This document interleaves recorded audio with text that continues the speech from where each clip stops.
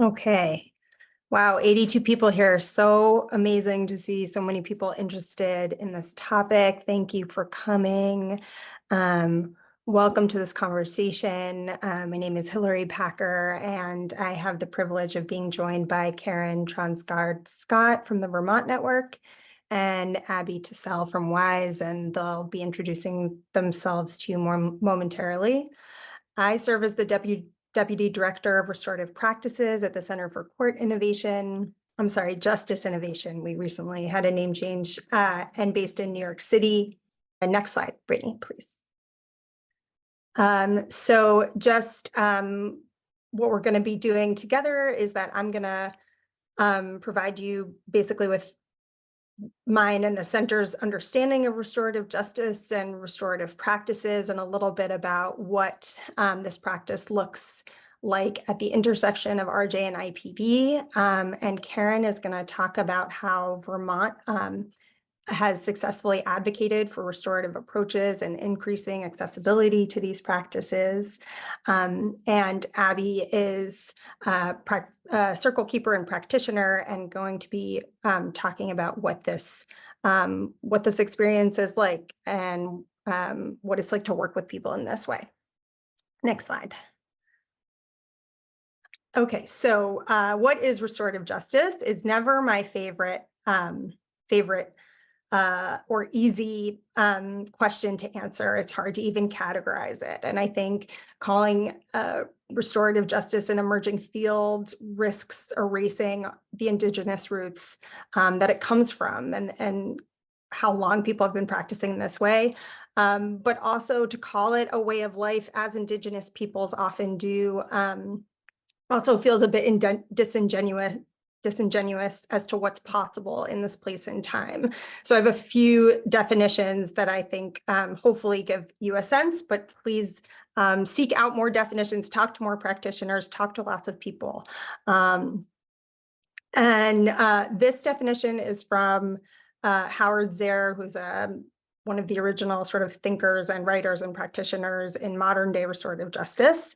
And he says, it can be defined as an approach toward achieving justice that, to the best extent possible, involves all the stakeholders involved in a crime to address the harms, needs, and obligations arising from the crime by putting right and enabling healing to the greatest extent possible.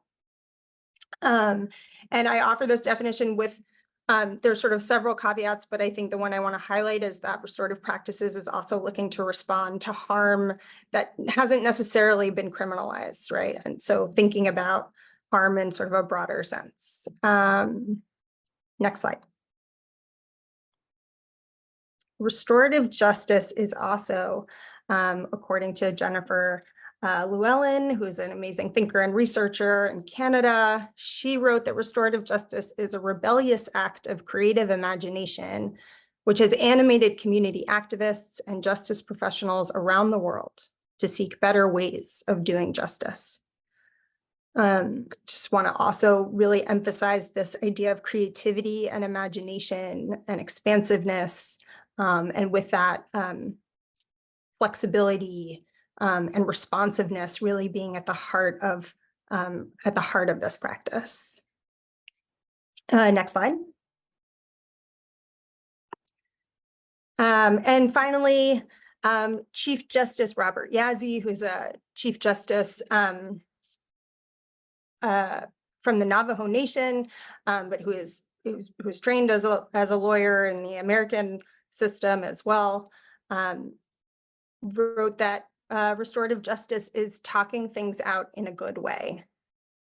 And while this definition may appear kind of simple, it's actually really profound for those of us, particularly who have been trained to argue our way out of conflict, or argue our way in the wake of harm, or fight for certain things. The idea that talking, and as implied here, deeply listening, can be a true pathway forward, I think is really core.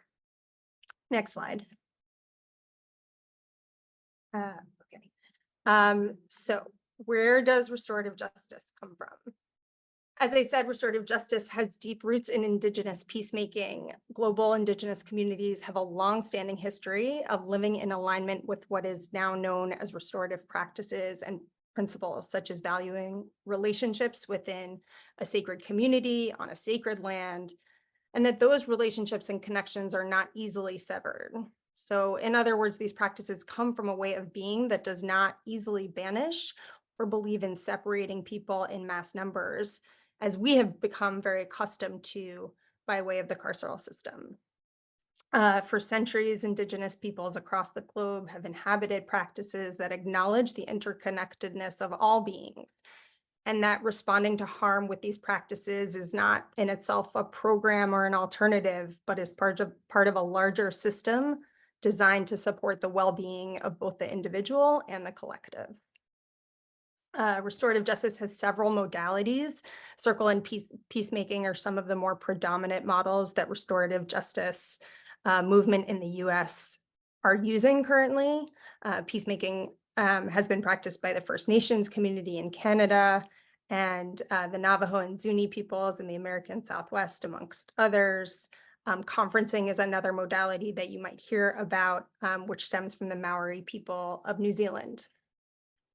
Circles are used, and restorative justice is being used in schools to reduce suspension and expulsion rates, change school culture as a diversion from criminal court, as healing spaces, post-sentencing between responsible and harmed parties.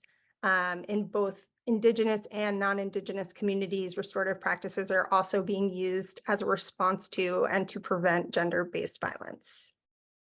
Next slide. While these practices are stemming from whole systems and ways of being, for those of us wishing to learn or practice, it's helpful to see this framework juxtaposed to the framework we have traditionally had available to us.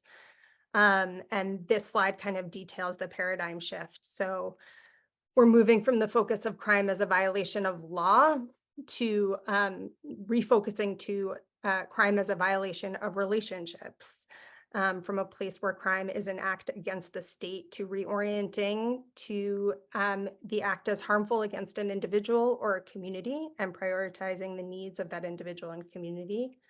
From accountability as passive, which punishment typically is, to actionable. From labeling people as offenders, as bad, as violent, as unchangeable, to responsible persons who are in need of healing, and to ask what needs do they have in order to prevent them from causing harm in the future. Next slide.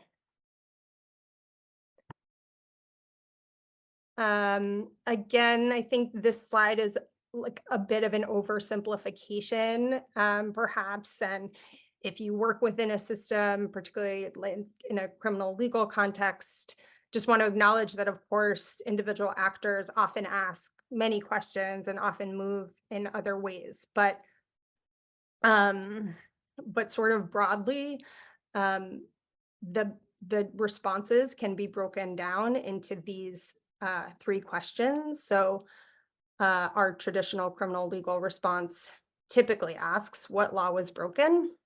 Right? So what happened? Who broke it? Who's responsible? And how do we punish them? Or sort of like what is that worth? In restorative responses, we ask a different set of questions, including who was harmed, what did they need in order to move forward, whose responsibility is it to meet that need or repair that harm, and how.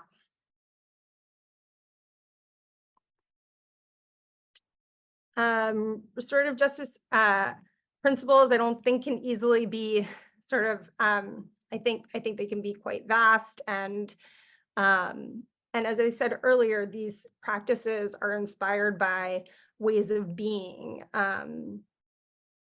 But I think it is helpful to pull out some of the principles that we have to emphasize kind of the shift that I think requires each of us who are interested in this work to be mindful of, and that we have to shift also something within ourselves. in terms of how we respond, how we serve, what are we kind of defaulting to. I think that Karen and Abby will be best to kind of delve into these principles and give more examples. I'll just pull out one or two that I think are important. The first principle here is that those who are most closely connected to the problem have the wisdom to seek and find a solution. If you consider the way that we have been responding to harm, this is never the framework that we're sort of approaching the problem with. Our criminal legal system very quickly summons a lot of professionals to come and before even, I think, finding a solution, they come in to frame a narrative and to tell a good story. And that's just the way the adversarial process works. But from the very beginning, we're sort of placing the people who are directly impacted and their story and their narrative around what happened. I would say second, but I think often it's even farther down the line. And the way the whole structure is built is really certainly for responsible parties. Our criminal legal process really discourages truth telling from the very beginning. And I think that severs people from their own truth. And when you're severed from your own truth, you certainly have a hard time being empowered to seek a solution. And I think similarly, victims' truth is sort of subsumed, except when it's in service of a successful prosecution. And again, that's not all the time, but it's a lot of the time. And I think even in our social service models, we have spoken to survivors or offered services to survivors in a way that overtly or implicitly suggests that the person who is providing the services knows what is good, what is right, what is safe for this person. Next slide.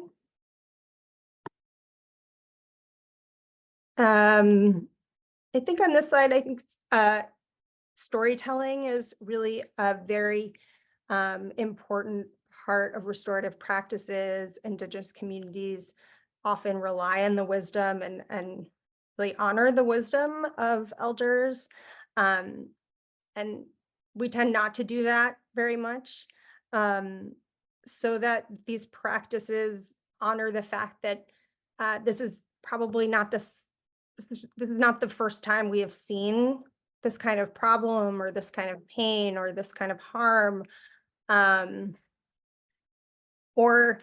also like these people's, like whoever is involved, like this kind of strength or this kind of like, this all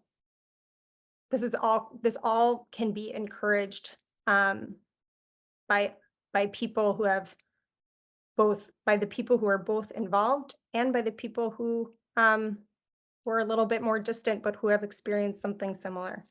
And so storytelling has really been definitely at the center for justice innovation, like at the heart of our practice.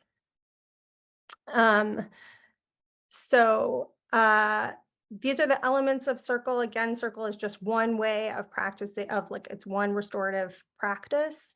But I'll just highlight that when, as you see in this photo, when people sit in circle, this is a really different physical setting than anything you'll see in a courtroom where someone is up, someone is sort of high above and lawyers are kind of parading in front.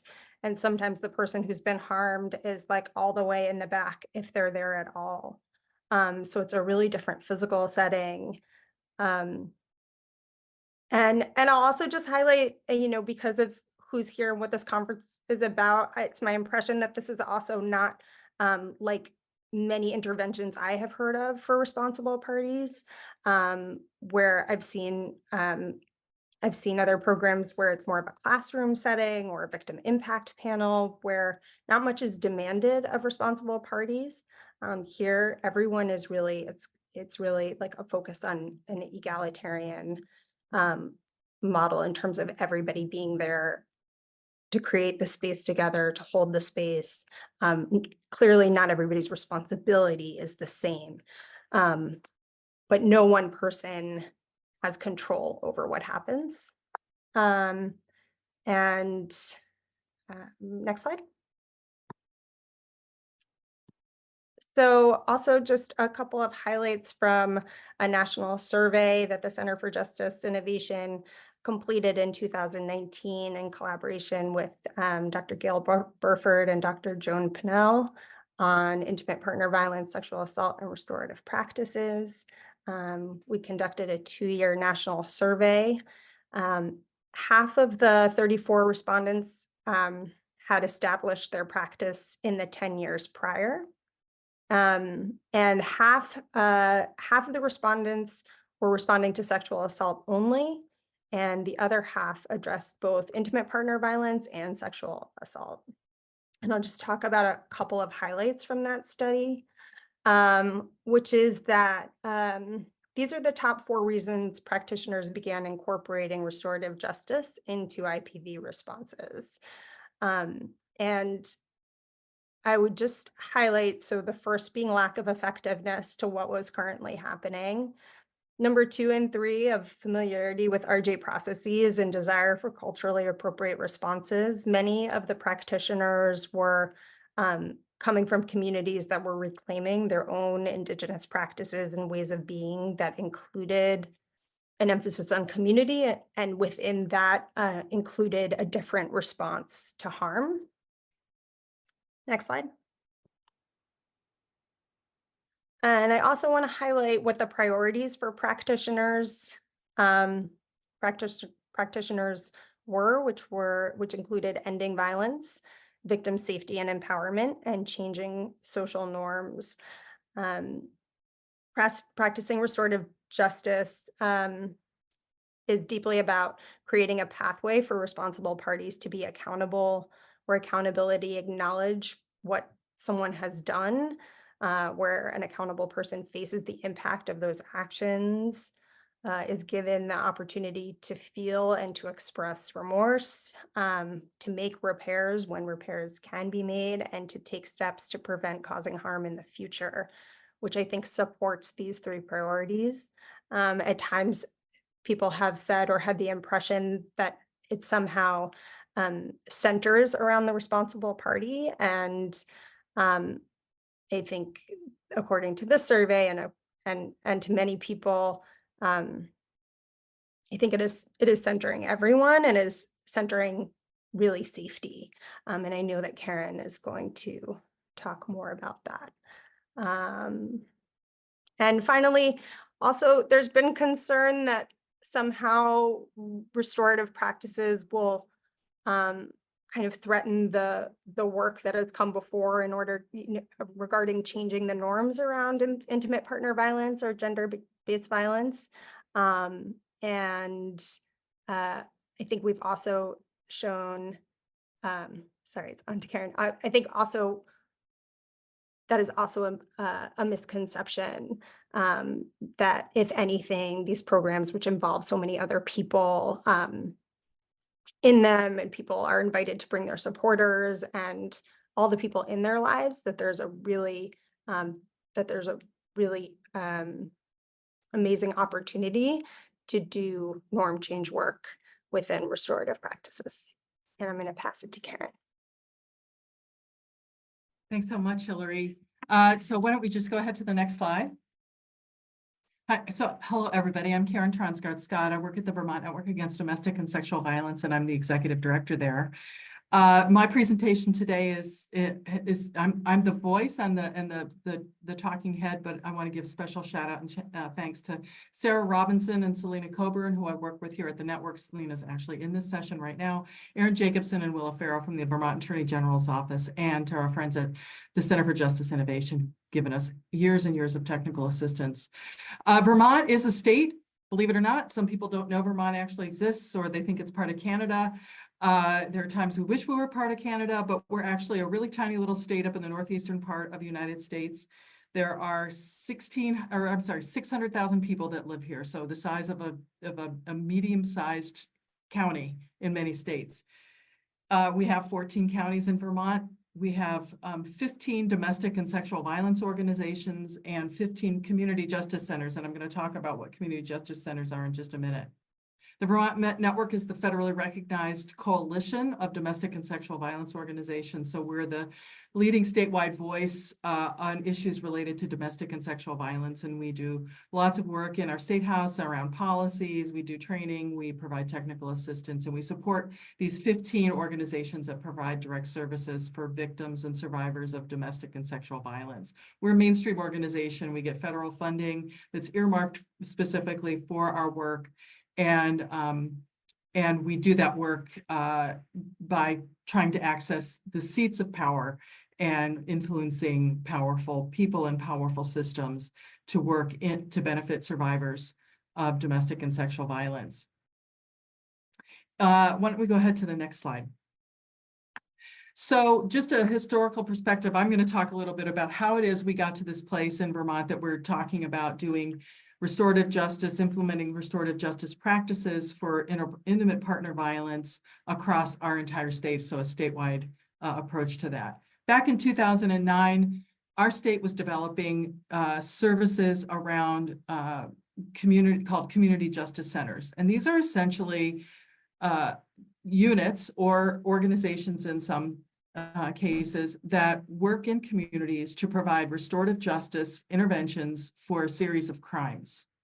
So things like vandalism, things like more serious crimes, shoplifting, or sometimes some violent crimes. All of these are addressed in our community justice centers. And I want to make a note that one of our partners from a community justice center is on the call. And so Martha, sorry if I'm not covering everything.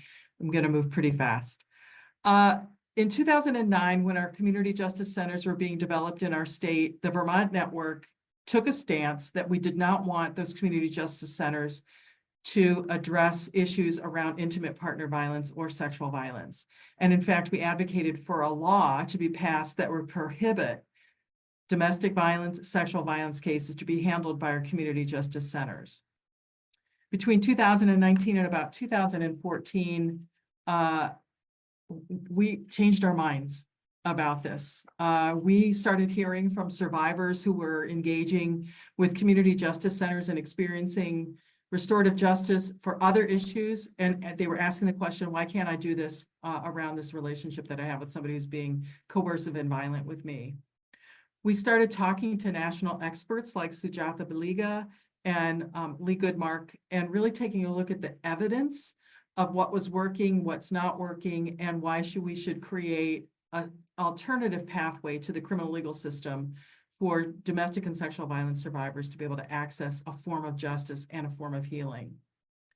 We also were, at that time, really, and to continue today, to take a really hard look at how our allegiance and involvement with the criminal legal system has had a disproportionate impact on communities of color and other subjugated communities, how we've contributed to the mass incarceration of Black and brown bodies in our country by really focusing on the idea of domestic and sexual violence as a crime and the need to react to those issues in a singularly criminal justice and criminal legal system way. So we started thinking, and we started redefining for ourselves, what does accountability mean? We had prescribed to the idea that accountability was really tied to punishment. And through those punishing actions, people's behavior would change. And when we did a really strong interrogation, deep interrogation of that thinking, we discovered that that was actually a false solution, and that there really isn't any evidence. In fact, the punishment model can have a disproportionate impact on marginalized communities, but also really doesn't foster the kind of change that we were hoping for. So in 2014, our legislature initiated a a restorative justice study committee. We participated in that. We talked to survivors from all over our state, including many survivors from traditionally marginalized communities. And we came to the conclusion that survivors do indeed need an alternative to the criminal legal system. And then in 2021, we began the sausage-making process of passing a law called Act 11. And Act 11 lifted the prohibition on using restorative justice to address intimate partner violence. And that law was passed last year in 2023. And we are busy implementing the law today. So Act 11 provisions, next slide, sorry about that. Act 11 provisions establish community-based programming that requires formal agreements in the form of a memorandum of understanding between community justice centers and local domestic and sexual violence organizations. The law is structured so that right now we're working on teasing out a series of criteria that will become a guidance document for communities to develop these MOUs. The MOUs have to be approved by the Vermont Attorney General's office in their division of their anti-violence division. Nobody can begin providing services for victims of domestic and sexual violence and people who harm them until they have a signed MOU in place that's been approved by the Attorney General's office. The 8 provisions that are required to be addressed within the MOU include a selection of evidence-based practices, a detailed plan to address victim safety, establish policies and practices for voluntary participation, an initial training plan, an ongoing training plan, articulation of the specific roles for the community justice centers, the local domestic and sexual violence organizations, and other community partners. And I would say in this one area, we continue to really discourage the inclusion of the criminal legal system in these MOUs. We really want this to be community-based. We feel that the criminal legal system actually has a pathway that it offers to survivors and the people who harm them, and we want this to be a parallel process. The 6th criteria is to establish confidentiality policies and standards. Number 7 is to include a universal data collection standard, and the Attorney General's office is working on that universal standard. And then to establish a written annual evaluation and quality improvement plan that engages the community in developing the actual outcomes that we're seeking. Next slide, please. So that's a very quick overview. We had some unexpected challenges that I think it would be important for everybody to know about. When we were working on this bill in the legislature, we were really surprised at what a fine job we'd done in educating our legislators and how concerned they all were that that this idea of using restorative justice was pretty wild, and that we had to do a lot of education with our legislators to help them understand exactly what we were talking about. Likewise, state systems, particularly members of the criminal legal system, were almost unable to process the idea that they weren't being asked to be involved in the MOUs and in the actual work. And that questioning continues today. There is deep, I would say, consternation on the part of our prosecutors, especially our prosecutors, around the idea that they wouldn't be central to the conversation that's happening with survivors and the people who harm them in a restorative justice process. It's not to say that they wouldn't be and couldn't be, but they are not central. They're not centered here. And it's just been really challenging. I think it's such a paradigm shift for them. And it's a paradigm shift that we created. We've been talking to them for years about how important they are. And indeed, when somebody calls the police and seeks a prosecutorial process, we want those players to know what they're doing and to do it to the best of their ability. But the idea that there would be a parallel process that doesn't involve them has been a really challenging paradigm shift. But we're lucky because we have this great program in Windsor County, Vermont, called Circles of Peace. And this is the program that Abby works with. And so I'm going to let her talk about the this model in detail. I will say that because we had the prohibition on using community justice centers and restorative justice to address domestic violence, the Windsor County folks were able to find a way around that. And they do work closely with their prosecutor, with the domestic violence organization, with the community justice center, and the Circles of Peace. It fits a very specific group of people in that county, and Abby's going to tell you more about that. Next slide, please. Just because of who all you are here today, I wanted to also mention that we worked with the National Center for Justice Innovations to develop accountability standards for our domestic violence accountability programs. They're also known as batterer intervention programs. And these are the 6 values that guide our work in with people who've caused harm in their intimate partner relationships: centering survivor voices, personal, community, and systems accountability, transformation and hope, dignity and respect, equity, and flexibility. And that's it for me. And I want to turn it over to Abby so she has plenty of time. Thank you. Thanks, Karen and Hillary. So I'm coming off of having lost my voice, so hopefully we'll get through this.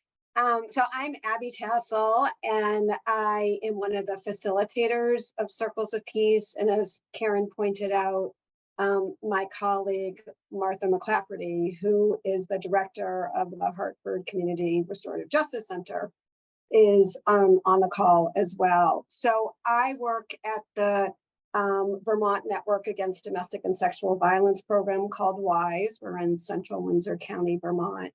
And I direct something called the Multidisciplinary Interview and Training Center, which is a STOP grant funded project. And just happened to be kind of the person that was around. And when Martha was working with our state's attorney, who's our prosecutor, on developing Circles of Peace. And so I was very happy to jump in and work on this because, as Hillary pointed out, sounds like around the country, there's just been a tremendous lack of enthusiasm about the response to gender-based violence in the criminal legal system. I've been doing advocacy for 30 years now in community organizations, primarily WISE in Vermont, also a little bit in Massachusetts and in higher ed. And it's just become, clear over the years that the huge majority of survivors who I've come in contact with over those years have found the criminal legal system either not accessible at all or extremely disappointing, if not actually harming them further when they work with that process. So very happy to be part of Circles of Peace. And we've been offering circles for a bit over 4 years now. We are always evolving. We don't feel like we have all of the answers. And I think it's been one of the real joys of doing this work for me is to be with people who are trying to do the right thing and we're trying to figure it out together. So this is not an alternative to the criminal legal system. We are working with our prosecutors, and it's an offer to people who have been arrested for the first time on generally a misdemeanor domestic assault charge. The carrot for them is that they will get their domestic assault deferred, and so they have to complete the program and complete 18 months of probation and parole with basically not another violation, or at least not another domestic assault violation. So we are reaching out to survivors. One of the things that was certainly important to me coming from advocacy and working with survivors is that we really centralize survivor voices and wanted to make sure that it felt like a good idea for the survivors whose partner, ex-partner, was going to be joining the program. So not only from a perspective of safety, but, is this something that just makes sense for them? Is this really an outcome that is of interest to them? And we also want to be offering support. And one of our concerns from the domestic violence organization side was we don't want this to be kind of another program that is scrambling to kind of help someone who's caused harm, sort of circling around them without circling around the survivor. And so have tried to build that in every step of the way. The program itself is a year long, and that is very specifically because we think that over the course of a year, there are a lot of things that happen that are important: birthdays, holidays, seasons. And so getting through the whole year is important. And that's the minimum number. So we have 11 circles over the course of a year. We have 2 intakes, then 6 meetings that are every other week, 3 meetings that are every month, and then 2 meetings that are 3 months apart at the minimum. If we feel as though someone isn't really kind of getting a hold of what we're trying to do here, which is primarily accountability and amendment making, then we start to add circles in. Generally, and this is one of the places where we've done some learning, is that by the end of the 6-week, every other week meeting, if it feels like folks aren't getting that, then we're going to start adding some meetings. There are 2 homework assignments, and we work hard with the people who are participating in the program, the harm doer, to make sure that there's not a barrier around literacy and just about, for whatever reason, I don't like, not writing, or we don't want there to be a barrier, and we need the homework assignments done. So the first one is sort of borrowed from Jeffrey Cape. Some of you may know her work. She does something called the 5 reasons. We call it the 3 acts, where people have to write about 3 things that they've done to harm someone else. And generally one of those is going to be the incident that got them there.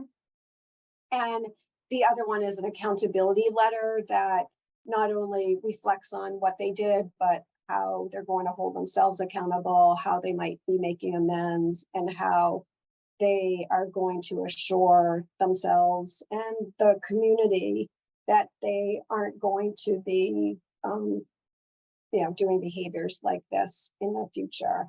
And I will say that we are very interested not only in the behaviors, but kind of the underlying beliefs, and are really trying to kind of dig in deep there throughout the program. So next slide.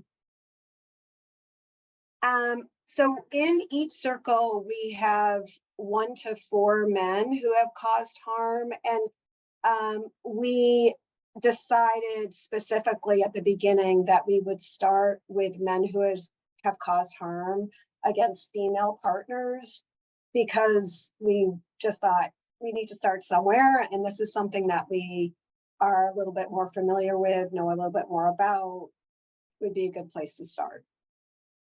Each circle has 1 active facilitator. There are a few of us who are trained as facilitators, and only 1 of us is facilitating at one time. And then the other facilitators or potential facilitators are generally in the circle. We also have a number of volunteers from the community, and I have to give an enormous shout out to Martha for having found these amazing community members who, already were engaged with the Restorative Justice Center, and just really have what it takes to do this work. So they've been amazing to work with, and just a joy for me to get to know. And then every once in a while, I must say kind of more and more, we're having men who have completed the program come back, and they're not considered volunteers. They haven't gone through the same training, but they have opted to be there, and can be incredibly helpful in terms of talking about their own journeys and perspectives in the circle. We also love having support people for the person who has caused harm. And when the pandemic happened, we went to Zoom. And I must say, since we've been on Zoom, we haven't really had a lot of luck in getting support people to join circles. I loved, Hillary's quote that, he acts as if he has no relatives, because one of the things that I was so excited about at the beginning was having family members to kind of hear about the realities of the harm that was caused, and to support people through the process of helping them to, change those beliefs and behaviors. And for me, it was particularly mothers that I was so excited to see in Circle, and that has not been happening quite as much as I would hope, and certainly, especially since the pandemic. So next slide. So the facilitation is very much focused on eventually taking accountability and making amends. But we are starting with people who are in various levels of being able to do that. We had one person in particular so Martha and I meet with the people who have caused harm twice. Well, we do 2 intakes, and the first one is always in person, and it's just Martha and me, where we just talk about the program and give them a little bit of an overview, an opportunity to ask questions, sign paperwork, talk about kind of the rules, all of that stuff. And the first time we met one of the people who was coming into the program, I literally turned to Martha at the end of it, like, why are we even wasting our time? I just seemed absurd to try to work with this person. And amazingly, he did a 180-degree turnaround during the Circle process. It really is, it was shocking to me. So I had a good lesson there, because it was someone who I really just thought there's no way we're going to ever even get close. One of the things that's always happening is that we are all sharing details of our own lives in ways that at first for me was really uncomfortable. It's just kind of not what we do. And I do some work as a therapist, and it's certainly not what I'm supposed to be doing there. So it's been really interesting to be able to level the playing field in that way. In advocacy work, we're always, or my feeling is that I'm always kind of thinking, or sometimes even explicitly saying, today I'm in this chair, but tomorrow I could be in the other chair, and recognizing that. And yet there's something more explicit about how we are weaving our own stories into the stories of people who are participating in circles that I find incredibly powerful. So as I mentioned, I do some therapy work as well. And literally the reason I do that is I discovered this model called internal family systems, and it just made so much sense to me in light of the work that I've been doing around gender-based violence for decades at that point. And so was lucky enough to be able to not only kind of finish up a clinical degree, but start internal family systems training. And we use that model in our circles. So I do an hour-and-a-half training with our volunteers on IFS. And the most important part of it, I mean, when I first started to learn about it, having worked, in gender-based violence work for a pretty long time at that point, I was like, oh, this is what's going on. That, the way that I think we had been thinking about people who are causing harm as sort of bad people was just wrong. That, we are all, we all have these same qualities of humanity and being calm and confident and creative and, connected. But we develop different parts of ourselves based on our experiences and our ancestors' experiences. And that there are ways to kind of work through how we have adapted to what our communities tell us we're supposed to be like.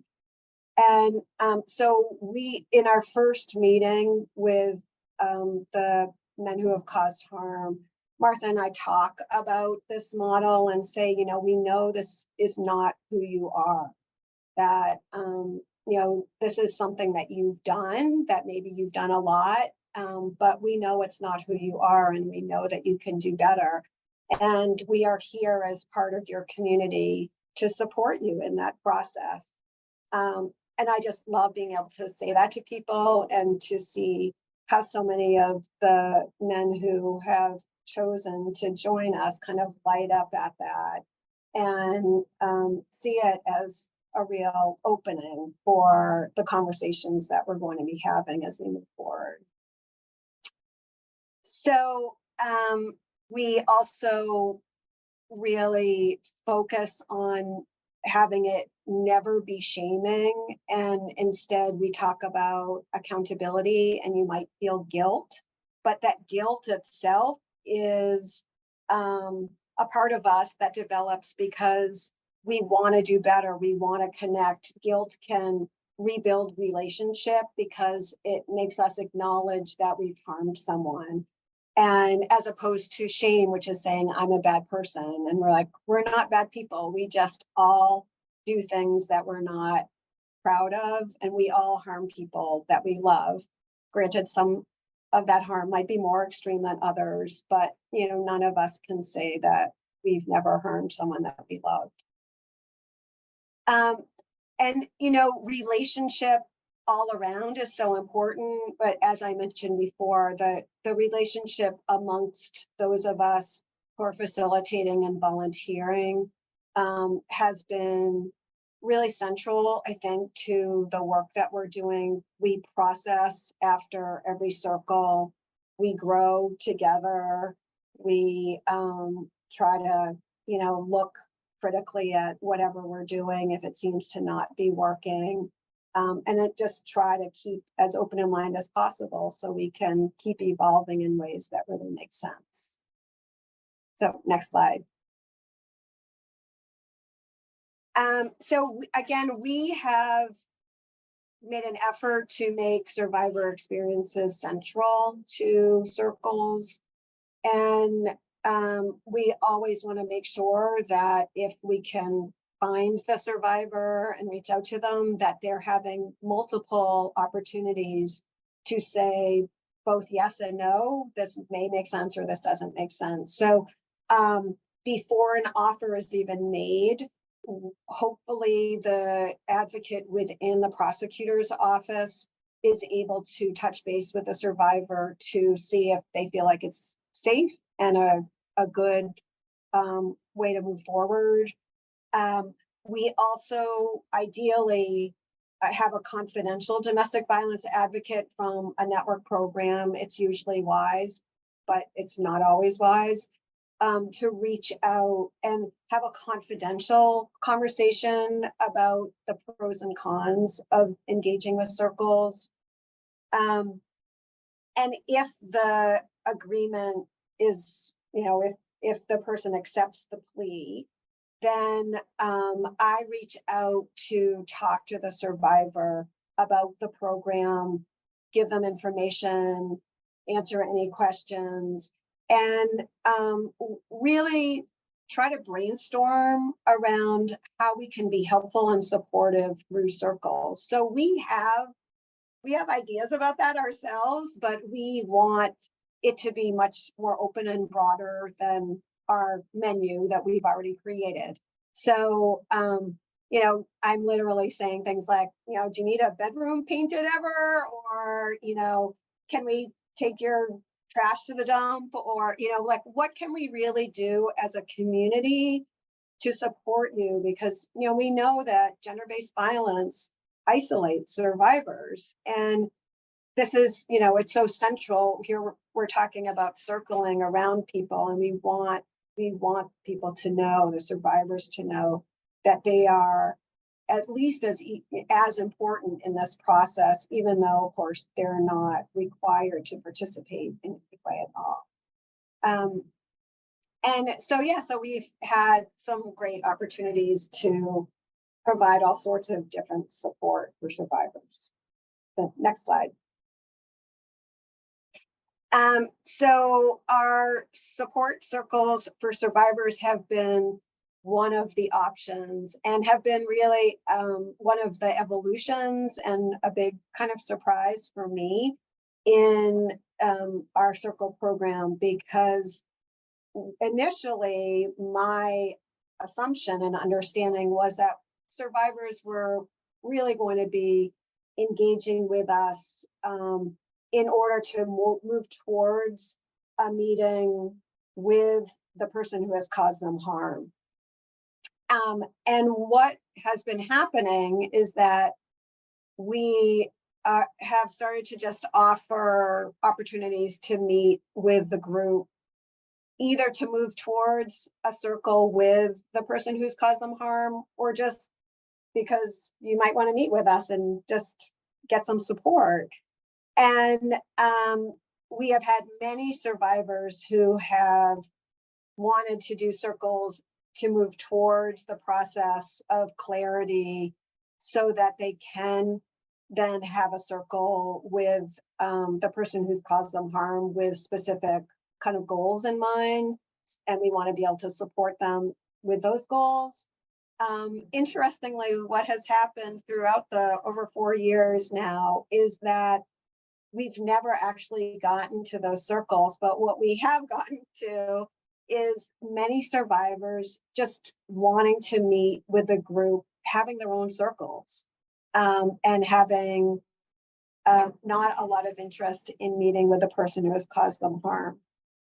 And I think certainly some of what we've heard about what is helpful is that they know that we are meeting with the person who has caused them harm, and they know that we have some clarity regarding the harm that's been caused. And so I think, in comparison to many other relationships that they might be having, where there's always a question of, you know, what's the relationship with this person who's caused harm, or, you know, are they buying into, you know, what a charmer he is and his, you know, alternate story, that, you know, there's just clarity that we know, or we try to get to know what it is that he's actually done, because that, you know, when he can look at that clearly, then he can start to understand it and have some compassion for himself, and also, which then will allow him to start to move towards other kinds of beliefs and behaviors. But I also just think that it's really nice to have a bunch of people supporting, and, you know, people who are from the community, who are volunteering their time and who just care. So, as someone who's been doing advocacy for generations, for decades, you know, I was a little nervous about, you know, is all the language going to be perfect and everything? And, you know, it's become clear it doesn't really matter. It's, you know, having people there, giving the support. So we do these circles just with one survivor, and, you know, one of us will facilitate. And then, you know, we try to get as many volunteers as possible, sometimes just because of schedules, because they're scheduled around the survivors calendar, so they are happening at different times. We don't have as many volunteers, but we always try to get as many volunteers as possible at those circles. So next slide. So we did notice early on in our circles that there was a disproportionate number of men of color who were entering the circles program in comparison to our community, and we're a little concerned about that. And so it is something that we are open to having conversations about in the circle. And all of the facilitators and volunteers are white. So, and one of the things that hopefully we'll be able to do in the future is have a more diverse team. But we also want to be really clear with men that we want this to be part of the circle process and to address all of the ways that racism may be impacting their experience in the community as well as in circles themselves. Next slide. So we have learned a lot in our 4 years, and we know that we're going to be learning more and learn more every day that we come to circle. One thing that we have been very interested in from the beginning is offering circles that are not part of the criminal legal system, or are, alternatives, or maybe people are engaged in another way in the criminal legal system, but that it's not a prerequisite to being in circle with us. And I know just from doing my other work in the community with gender-based violence, I get questions about this quite a bit when they hear about circles of peace. Oh, well, can we engage in that? Or how can I get involved? Can I get my partner to do this? Or so we're really looking forward to, when the Act 11 guidelines are completed, and we can start working on a community MOU so that we will be able to offer, hopefully, a similar program. It will be different, but something probably pretty similar to what we've been doing. So I know that was both a lot and that it didn't cover all of the details of what we're doing. So I would love to answer any questions, and I know Karen and Hillary as well are available to answer any questions that people might have. Abby, there's a number of questions that are specific to you in the Q&A section. I don't know if you want to take a look at those. I've answered a couple things that I could answer, but there's some very specific questions that are really about circles of peace. So do you want to take a look at those questions, or?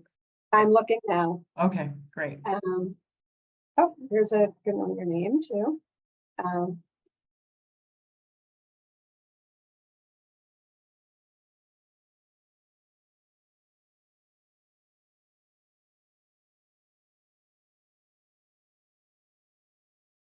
So, and I'd love it if other people want to pick out questions that you think are particularly useful to answer.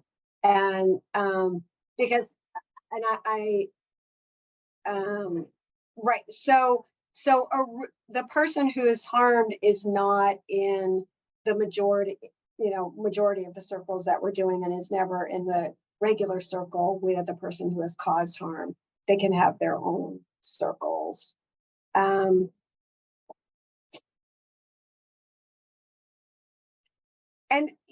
so we initially started to, the initial approach was, after the person who has caused harm does 3 every other week meetings, we could start to do the survivor circles with the understanding that we were kind of moving towards a circle with a survivor and a person who has caused harm. But one of the things that we found was happening was that the survivors were kind of losing interest, and I'm not sure exactly why. So now when I reach out to the survivor at the very beginning and they express an interest, we immediately start to try to schedule meetings, circles with them, because what we're finding is that they are appreciating just having the circles on their own and may never want to do a circle with the person who has caused them harm. Do other people found questions in there that seem particularly important to answer?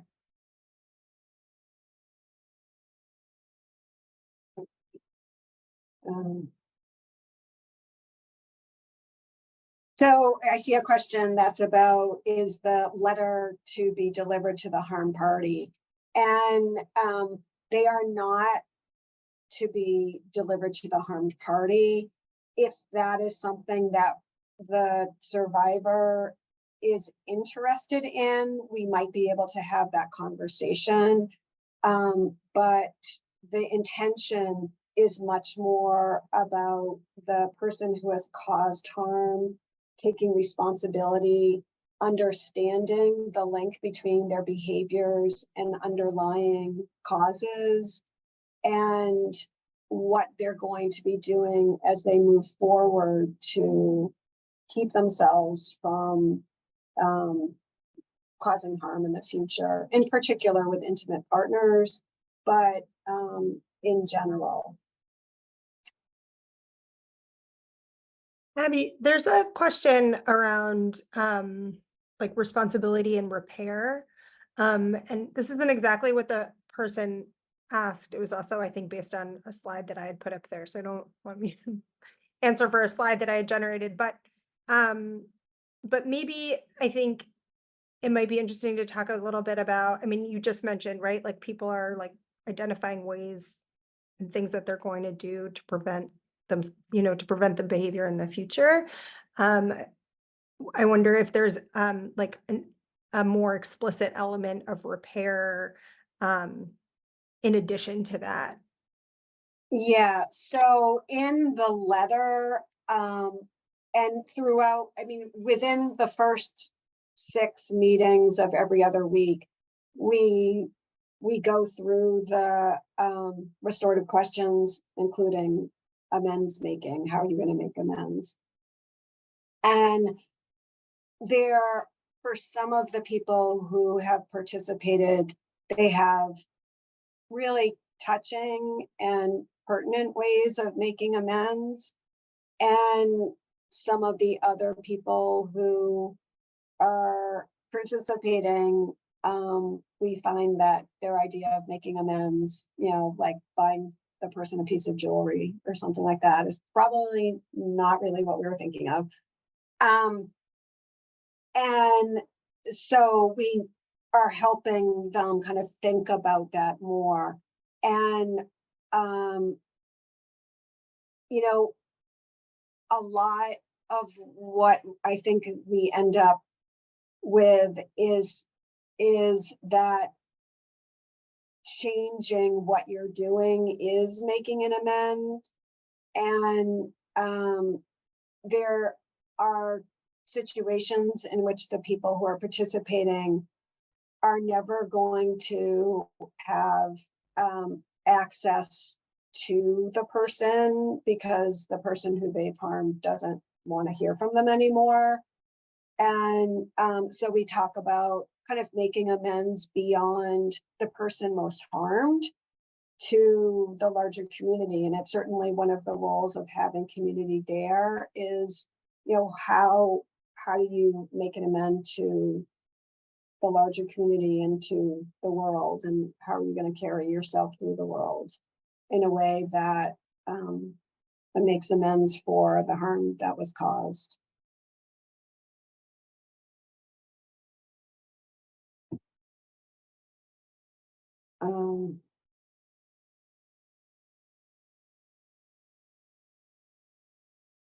I think I'm just chiming in really quickly.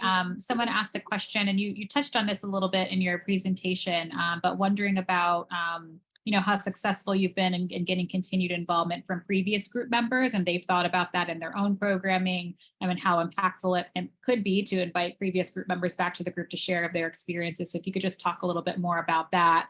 And then the second piece, I think you've talked a little bit about kind of it, but if there's anything else you want to add about buy-in from survivors, because in their experience, it seems, hit or miss.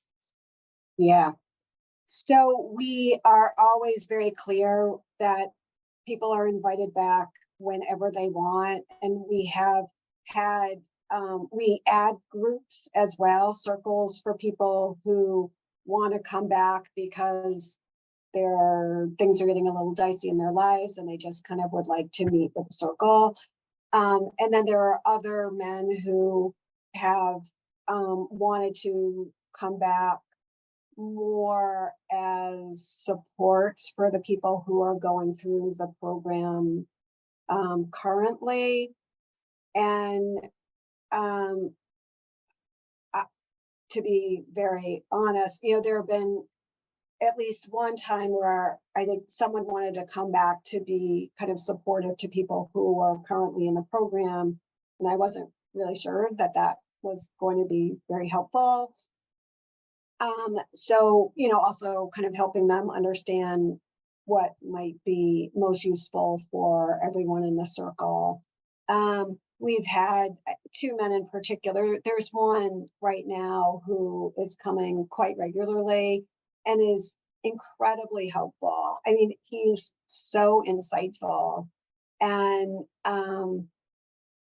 just speaks with enormous clarity about his own path and can reflect back on the violence, in particular, the violence in the situation in which he was arrested for, and what he was thinking and what his beliefs were at the time and how that has shifted for him.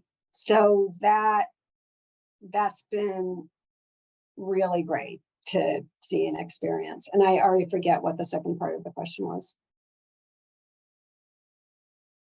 So there was the previous group. And there was it was, sorry, I think I may have moved it to answered. Yeah, it was about kind of buy-in from survivors. Yeah, I think that was a question that they've kind of struggled with that in their own programming. So if you could speak any more on your experience there. Yeah, I feel it's been really kind of a lucky thing for me and us that, I've done a lot of advocacy. So it's been my work for a few decades now. And I think when it's my experience, it's not me in particular, but when I started to make those calls, I think things shifted a little bit. So I think it probably is good to have someone who has been having these conversations over a period of time. And we build it into our program, not only every step, but numerous times, every step of the way. So at the outset, we have, the victim advocate from the state's attorney's office, as well as a confidential advocate from the domestic violence organization that I work for. But we are kind of separating our roles in this case so that there's this confidential advocate that can be,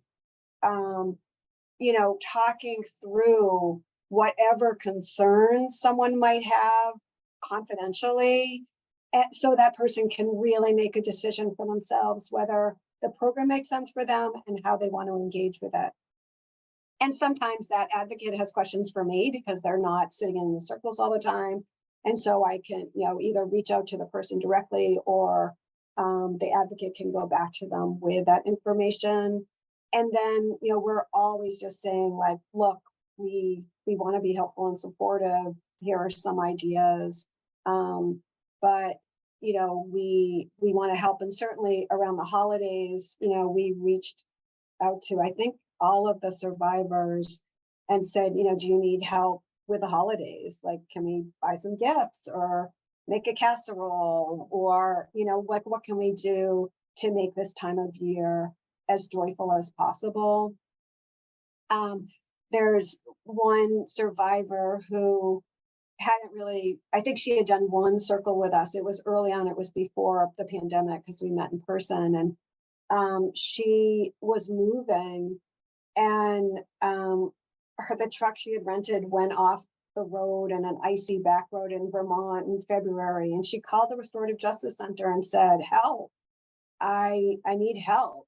And they, you know, gave me a call and reached out to other volunteers, and a group of, I think, 5 of us, you know, headed out to this icy backwoods place to help her move, because that was what she needed. And, you know, I think having that kind of community, real community support has been, you know, for me, coming from an organization, particularly meaningful.